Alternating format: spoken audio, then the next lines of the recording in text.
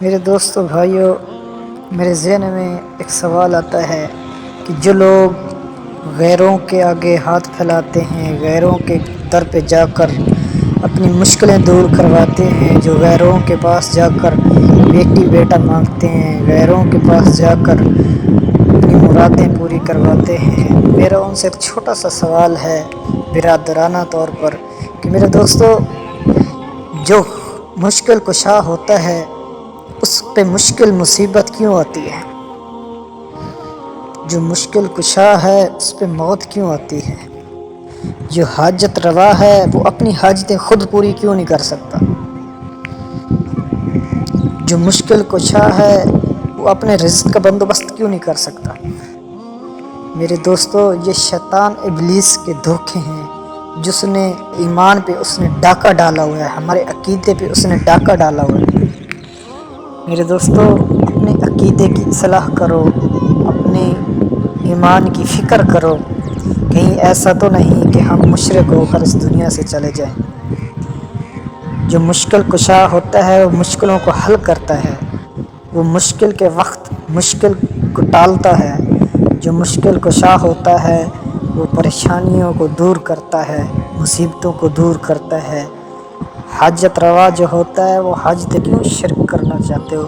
اللہ تو ذات میں بھی اکیلا ہے، صفات میں بھی اکیلا ہے، مشکل کشا بھی اللہ، حاجت روا بھی اللہ، رزق دینے والا بھی اللہ، زندگی موت کا مالک بھی اللہ، ساری کائنات کا بادشاہ بھی اللہ، ساری کائنات کو وجود دینے والا بھی اللہ۔ اے انسان، تجھے بھی وجود دینے والا اللہ ہے۔ کتنا پیارا تجھے بنایا اور آج تو ہی اپنے رب کے ساتھ غیروں کو شریک کرتا ہے۔ اللہ رب العزت اپنے بندوں سے بے پناہ محبت کرتے ہیں، اس کا نتیجہ یہی ہے کہ اپنے رب کے ساتھ غیروں کو ملا دیا، غیروں سے مشکلیں پوری کروانے لگ گئے، غیروں کے در پہ جا کر حاجتیں پوری کروانے لگ گئے۔ خدارا، غیروں کے در پہ مت جاؤ، غیروں کے در پہ مت جاؤ۔ غیر تو کچھ بھی نہیں کر سکتے، ایک مکھی کا پر بھی نہیں بنا سکتے۔ غیر تو بادلوں کو بھی نہیں روک سکتے جو بارش برساتے ہیں۔ غیر تو اپنی حاجتیں بھی ناخن لو، عقل کے ناخن لو، اپنے رب کے ساتھ کسی کو شریک مت بناؤ۔ اللہ اکیلا ہے، اکیلا رہے گا۔ میرے دوستو، وہ وحدہ لا شریک لہ ہے، اس کے ساتھ کسی اور کو مت ملاؤ۔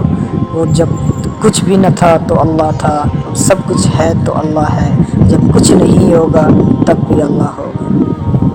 ہاں، اللہ کے آگے جھک جاؤ کہ جب حضرت ابراہیم کو آگ میں ڈالا گیا تو اس وقت حضرت ابراہیم کو آگ سے بچانے والا کون تھا؟ کیا حضرت ابراہیم علیہ السلام نے کس کو پکارا تھا؟ حضرت ابراہیم علیہ السلام نے کس کو لیے مشکل کشا سمجھ کر پکارا؟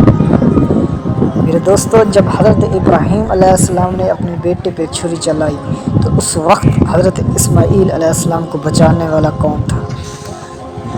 حضرت نوح علیہ السلام کو کشتی میں بٹھا کر اس کو بچانے والا کون تھا؟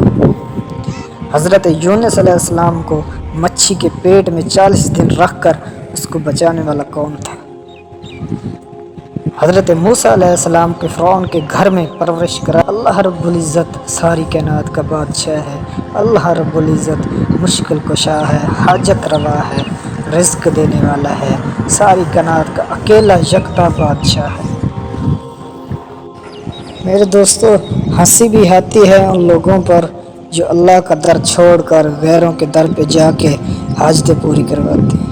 ارے جن کے پاس تم جا کے حاجتیں پوری کرواتے ہو، جب ان کے گھر موت کا فرشتہ آتا ہے، جب ان کے گلے موت آ پڑتی ہے تو اس وقت ان کو بچانے والا کون ہوتا ہے؟ ان کو موت دینے والا کون ہوتا ہے؟ میرے دوستو، یہ سورج، یہ آسمان، یہ ستارے سب اللہ کی مخلوق ہے۔ انسان، چرند پرند، نباتات ساری اللہ کی مخلوق ہے اور اللہ کے تابع ہے۔ اے انسان، تو کیوں اللہ سے اعلان جنگ کر بیٹھا ہے؟ خدا را، اللہ سے توبہ کر لے، اللہ سے صلح کر لے، اللہ کے ساتھ شرک نہ کر۔ اللہ تو بخشنے والا ہے، اللہ تو مہربان ہے، وہ تو شرک جیسے گناہ کو بھی معاف کر دیتا ہے۔ تو کیوں اللہ سے اعلان جنگ کرتا ہے؟ اللہ رب العزت فرماتے ہیں میں سارے گناہوں کو معاف کر دوں گا، لیکن میں مشرک کو معاف نہیں کروں گا، میں شرک کرنے والے کو معاف نہیں کروں گا، کیونکہ اس نے میرے ساتھ کسی کو شریک ٹھہرایا ہے۔ میرے دوستو، اللہ رب العزت بہت پیار کرتے ہیں اپنے بندوں سے۔ خدا را توبہ کر لو، اللہ سے صلح کر لو، شرک جیسے کبیرہ گناہوں سے جان چھڑوا لو، شیطان کے راستے پہ مت چلو۔ اللہ نے جو راستہ صراط المستقیم بتایا ہے اس راستے پہ چلو، اپنی آخرت کی فکر کرو۔ یہ دنیا تھوڑے دن کی ہے، یہ ختم۔ آمین۔